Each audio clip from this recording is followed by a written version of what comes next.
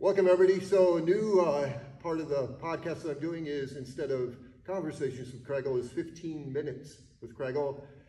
I have Henry Lawrance, who's our first guest. We're trying this out. We're doing video so you get the beauty of our face. Well, beauty of Henry's face and such. So we're here at CrossFit. I love it.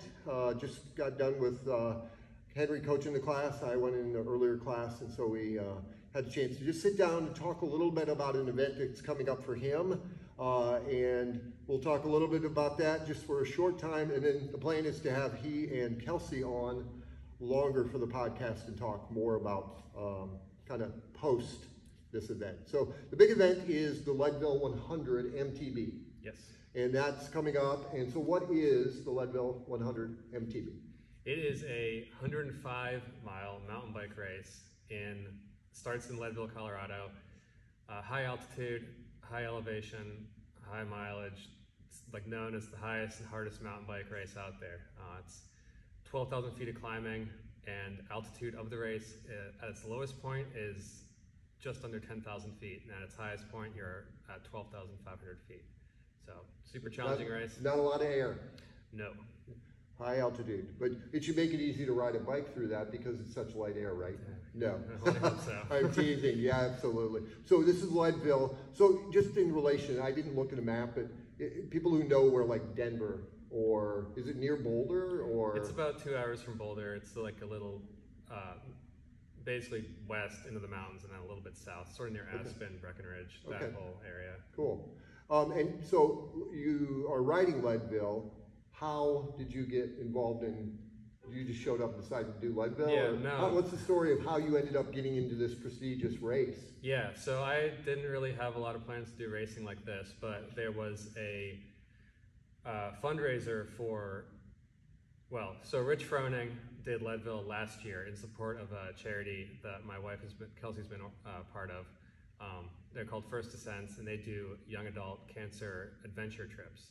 And she's been involved in that, so we knew them, and then Rich, sort of moving on from CrossFit competition a bit, decided to start doing Leadville, and he was doing it in charity for them. We thought, that's cool.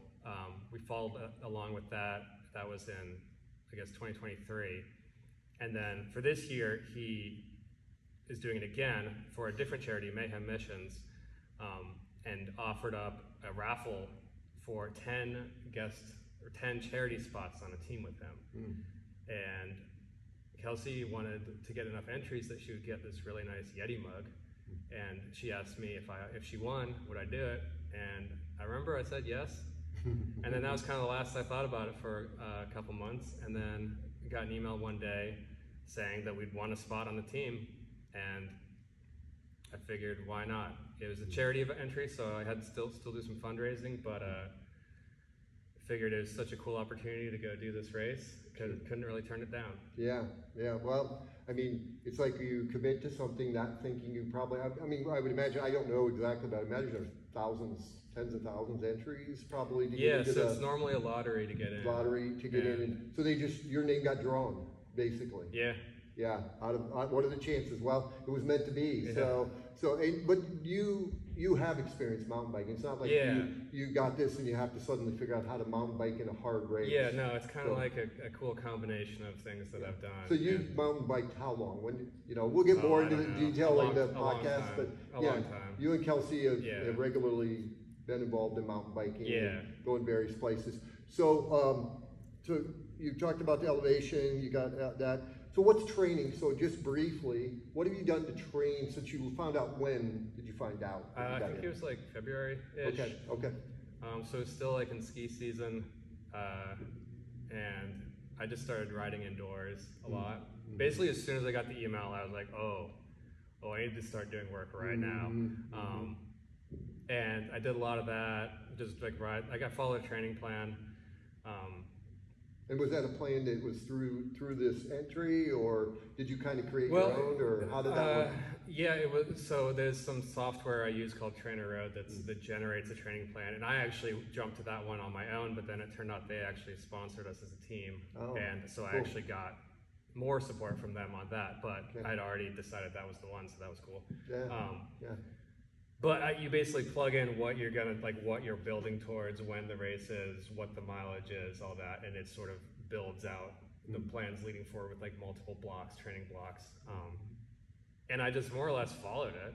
Yeah. I made some tweaks along the way to fit in, because I was fitting in a lot of CrossFit as well. Yeah. I didn't want to just like stop that, and I didn't think it would be good to stop that either. So I made some tweaks and adjustments, but working with like Kaylee, got that really dialed in. And I just rode a lot. So and you had the benefit of, I mean, obviously a lot of mountain bike trails here. Any particular ones did you ride, like, what are some of the trails you would ride nearby here? Yeah, so I kind of switched up my normal stuff. I spent a lot of time riding on Stewart Mountain. Okay. There's a lot of big climbs, big gravel roads, like long gravel roads, and I could ride that from my house. So I could go out from the house and do like a 5,000-6,000 foot training day just out the front door.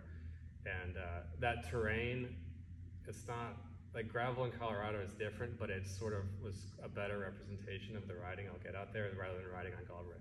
Yeah. Which I definitely did still a lot of that, but like there's not like mountain bike trails on this.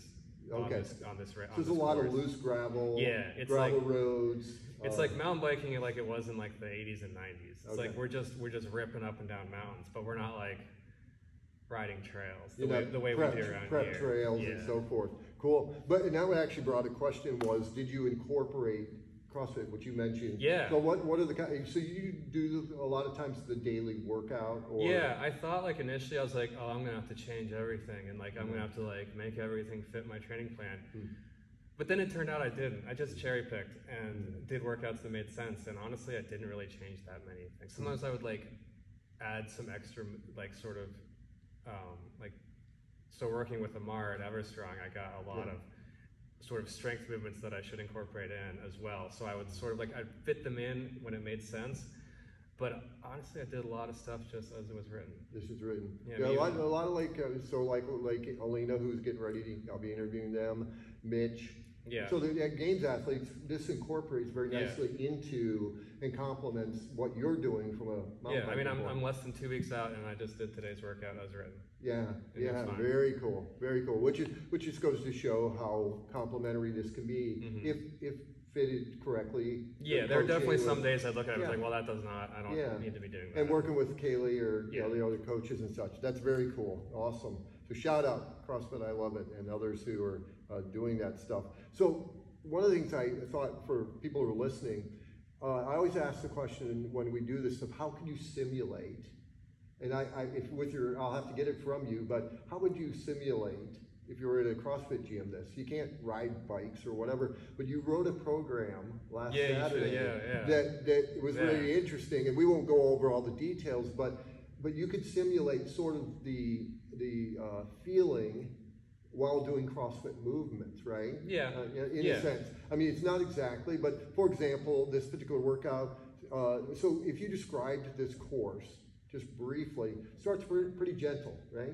Starts with a slight downhill. Slight downhill. So they kind of, they bring you in with the gentleness, and then you get hit in the face with. Yeah. So basically, from the start, there's a slight downhill, and then you have 2 medium climbs, pretty much back to back. You go down one, and you're right on the next one. Okay. And then you have another long flat section, which is I've heard is not flat, but on a map it's flat. Right. For like, I think it's like I don't remember. It's a decent chunk of miles on the flat, and then you have the center point of the race, the midpoint, which is a 3,000 foot climb up to 12,500 feet, and that's like the biggest crux of the course. Yeah. And you get to the top, and you just turn around and you come back the way you came. There's a couple alterations, but more or less you're just reversing. So it's just out and back. Yeah.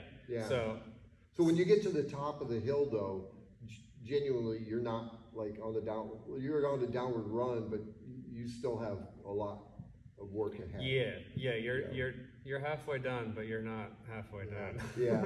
And I mean, to give perspective, how many hours, like, didn't Rich ride it, like, was it 9 hours? Sub 9 hours. Sub 9 hours. Yeah. So we're talking about a long bike ride. And that's an extremely good time. Yeah.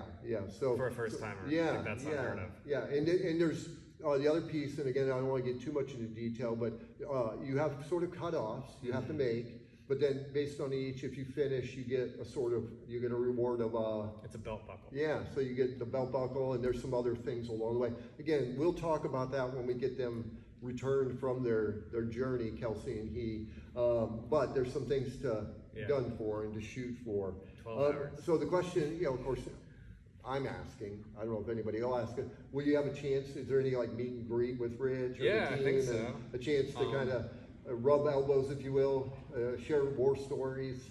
Yeah, we've got a group ride planned for next Wednesday. Very cool. I don't know if Rich is actually going to be there for that. Yeah. But, the rest of the group. will be there. So you're leaving for Colorado when? Friday. So we're at Tuesday. Don't know what July 30th. Yes. 30th. Yeah. So the 30th. So you'll be leaving August 1st. If that's Friday. August 1st, August 2nd. Yeah. So just for perspective, when this comes out, either this will be right when they're leaving, or so then you'll have the following August 5th or whatever it is, and then the actual ride is the 9th? The 10th, Saturday the 10th. Okay, all right. So there'd be a chance maybe to meet Rich, have some pictures, meet the other. I mean, I'm people, pretty sure I get to the other people who are riding, who won raffle and that. That'd be great. So you leave Friday. We're right on track for this. So one thing we didn't cover, we taped this, in all honesty, on Saturday, and realized it went too quick and we didn't shout out people. So this is a chance. Some shout outs, some thank yous, some people you want to kind of mention. Yeah, I mean, I've had a ton of support through this. Like it's been pretty incredible. I mean, right from the start, like Kelsey has been super strong and encouraging me in this. And Kelsey, my wife. There we go. Just want to make sure. Yes. Yep. And like basically the next day I came and I told Kaylee about it, and I was like, oh my god, what's gonna happen? Super supportive. Everyone, like Mitch, and I remember talking to all of them, and like everybody, all the coaches here, been super supportive. It's a kind of ridiculous challenge, but like I just feel like I've got a lot of people behind me. And then with the fundraiser, like I thought that would be super hard, but like everybody came out strong for that one, and that was incredible. And I'm so appreciative of everyone that donated. And can people still? No, I hit my number like your pretty done. fast. It was like I thought I would need way more time, but like people just went for it, and I was so happy to see that. And it goes to a good charity. That money goes to the Leadville Legacy Foundation, which helps students in Leadville. And I'll get a link, so if people want to read more about that, you can look in the show notes below. There'll be some references to video and so forth, but that's awesome. Yeah, very good. And then just like everybody working through this, like working with Matt and Kaylee, Amar at Everstrong has been super helpful. Shout out Everstrong.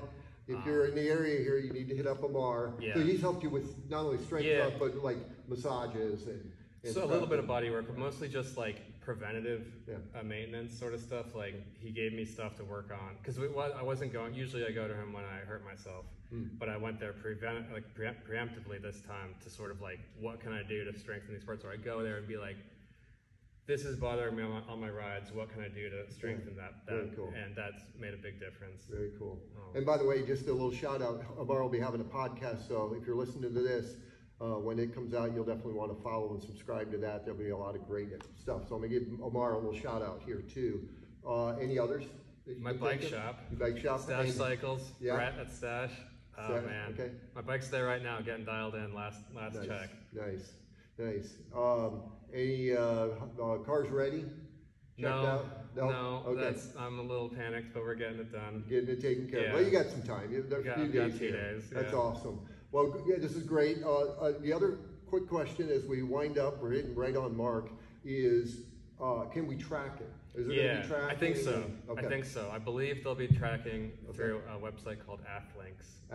Okay. And I will get that info out when I can. So what we'll do is Henry, Kelsey have Instagram. You can follow that. I'll put links down below that you can click and follow. They should have information there. If you're an I Love It, CrossFit I Love It member, there should be email information from Kaylee with that. Hopefully I'm not putting pressure on her. Anything I can put out link-wise or such, I'll add that to this video, so you can always check in on that. There should be plenty of ways to kind of follow your progress. and follow so me forth. on Strava. Yeah, very cool. If you want to see training logs, it's all there. Okay, and I'll get that from Henry, and we'll put that on there too. So there's plenty of you plenty for support, even though we can't be there in Colorado, we can be behind Henry, Kelsey, and so forth. And Kelsey gets a shout out because not only that, she's your road crew. Oh yeah, which is a whole nother huge. She's your support crew. Yeah, she will be there at the race. Should assume our plan right now is I will see her, including the start and finish, 6 times throughout the race. Okay. So she'll be meeting you at places for giving me my gear, food, getting your water. food, making sure you're taking your gels and so forth. It's a lot of work. So good thoughts, prayers, good energy, people, for Kelsey and Henry as they pursue this. So it's awesome. Yeah. So excited for you. This is another great opportunity. No nervous. Just go out there and just send what you've already done. Just get me cool. there. Well, Henry Lawrence, we're heading off to Leadville. Well, I'm not. He is. Heading out Friday. Look forward. Coming up here. And when you check the video out, be sure to give it a like, subscribe, and follow all the links down below. All right, cool, buddy. Awesome. Looking forward to it. You bet. Thanks. Take care, all. Have a good one.